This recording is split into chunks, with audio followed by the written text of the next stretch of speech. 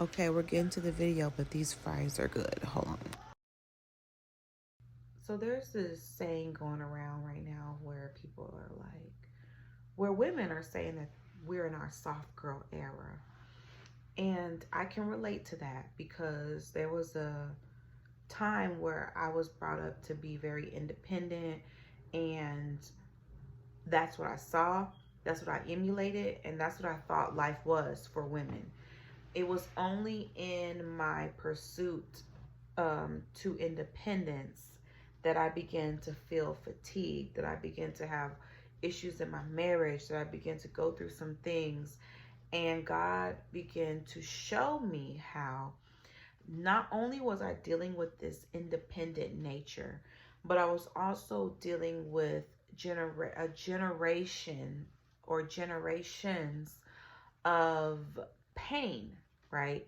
And these burdens and this nature to do things on our own. And I was creating a life that was harder for me. It was causing me to butt heads with my husband. It was causing me to butt heads even with God in certain spaces of my life. There were certain areas that God was not allowed in to help me to see that. And it wasn't until I was placed in this incubator where I was brought home and I lost my own source of income. I lost my own way of doing things in my own. I had to rely on my husband, and I thought that that was a weak point for me. I thought like, oh my gosh, you've hit rock bottom. You have nothing on your own. All these things, that these lies that the enemy tries to tell us. It was in that time that I was actually protected. God put me there. God had placed me in this particular point in my life. God had placed me in this particular season. He had placed me in this squeeze. And I thought that it was a place where I was being set back, or a place where I was being controlled, or a place where I was being marginalized, but it wasn't. It was a place of freedom. It was a place of liberation. It was where God was saying that you're not going to be able to do this in your own strength. You're not going to do this in your own independence. You're not going to do it in your own accolades. And I'm not talking about I was sitting in a place where I have a degree. I'm sitting in a place where I have my own career. I have a degree. I have a career. I have a background in things that will allow me to go out and to do something on my own. So I'm not saying that I was sitting in a place where I was, in a deficit intellectually. I'm saying that I was sitting in a place where I didn't have the means to do it on my own like I had normally done previously. And so it was making me uncomfortable, and I couldn't quite figure out what was going on.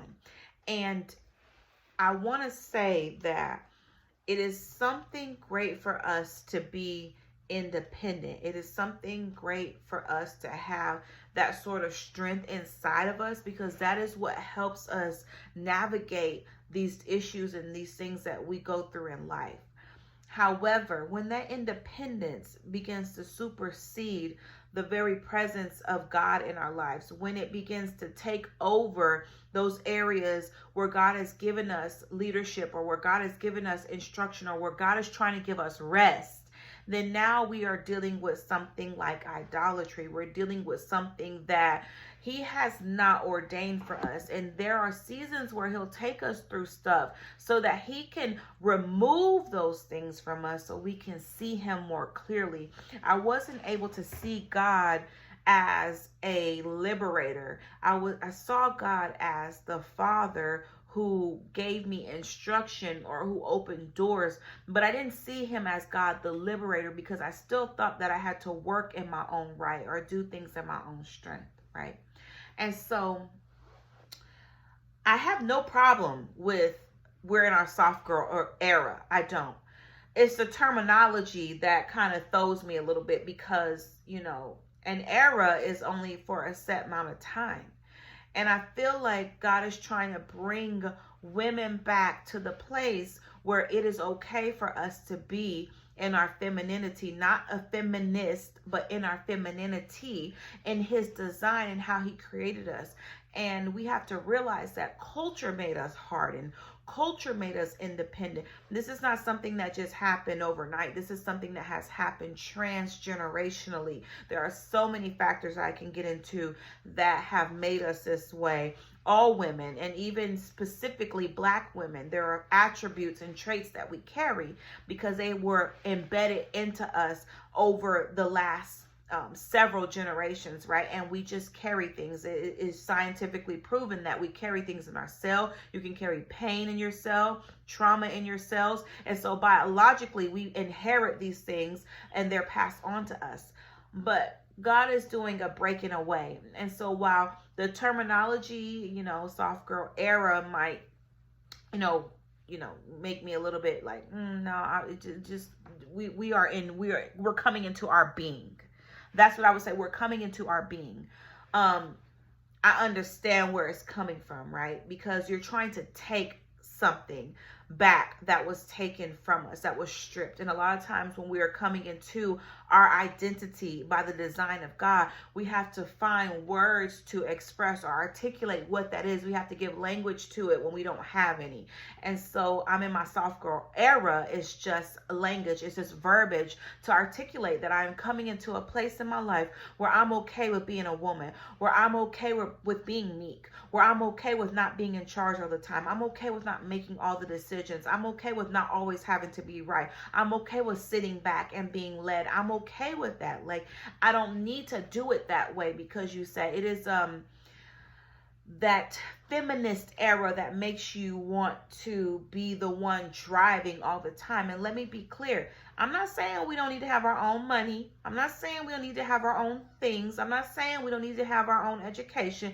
That is not what's happening here. No, I'm saying that it's okay for those things to not be the driving force in who we are, and that there's a being that God placed inside of us that will allow us for all those things to work for us, not against us. We don't become those things. Those things work for us.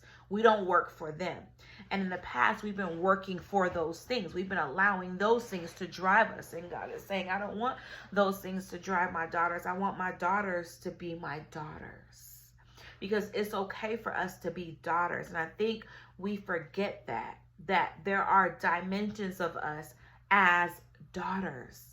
Simply being a daughter. And it wasn't until I saw my daughter interact with my husband that I realized, like, oh my gosh, there are levels to this.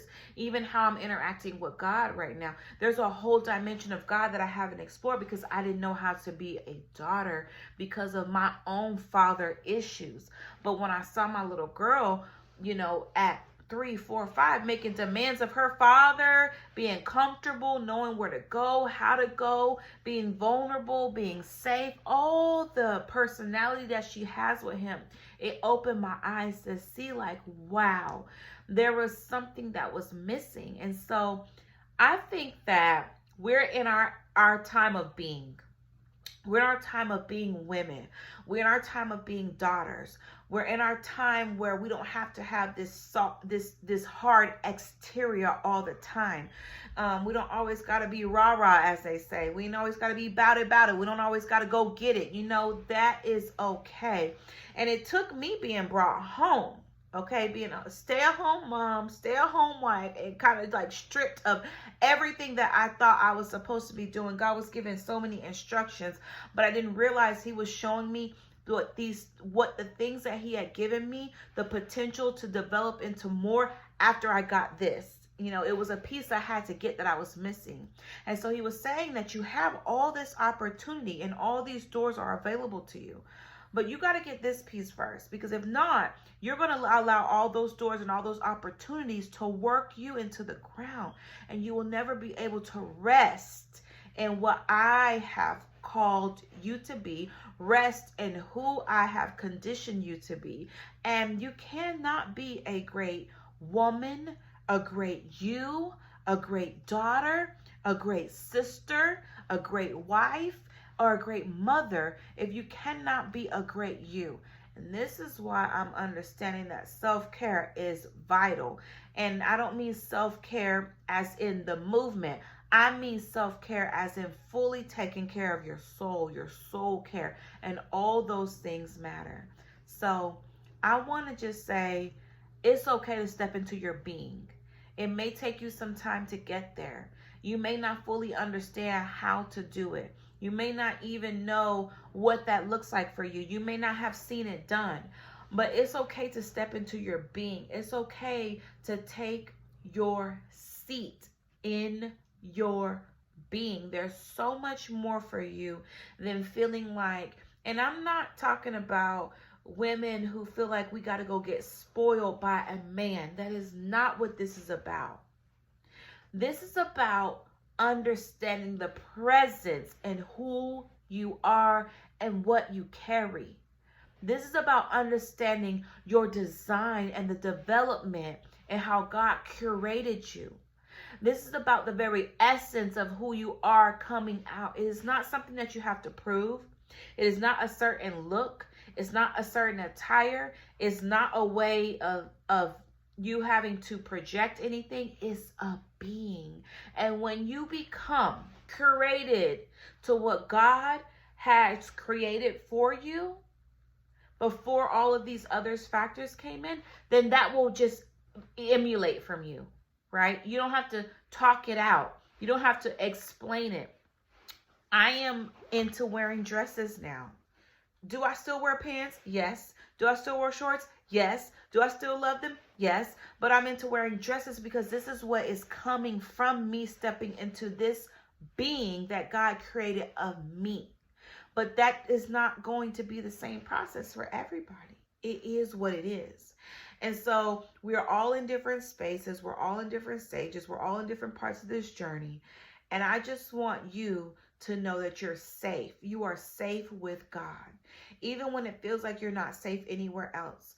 Because I dealt with so much fear, when God was showing me the safety within my home, I ran from it several times because that safety looked like control. That safety looked like manipulation. That safety, it was projected as something else. I perceived it to be something else based on my own fears, based on the things that I had seen growing up, based on my own traumas, based on what I lacked, what I didn't have, right? And what I didn't have as in that understanding of that parental relationship. But the more and more I sat with God and I really sat with myself, I started to realize like, whoa, there's so much freedom in here, right? There's so much rest in here. It was perceived one way because that's the information that was programmed into me. That's what I had to go off of. But once I allowed God to reprogram me and to download into me the things that He needed me to know about my being, right? The very essence of the curation, the potter's, right, hands and the clay that He molded, then I became, and I'm still becoming, but I became. And so we do a lot of explaining, and I think it's okay to explain. I just don't think it's okay to justify anymore. I'm not going to justify to you why I do the things I do or say the things I say because I am in my being. I can explain it because we all need an explanation to understand. That's why God placed us here. But no more justifying. So if you're in your soft girl era, step into your being. It's okay to use the terminology, but I am trying to open you up to see yourself in another way and that you can see that there are dimensions to you as a daughter. And it's not just based on my light is finna go out. It's not just based on what you think or what you think. It's based on what you know and who you are.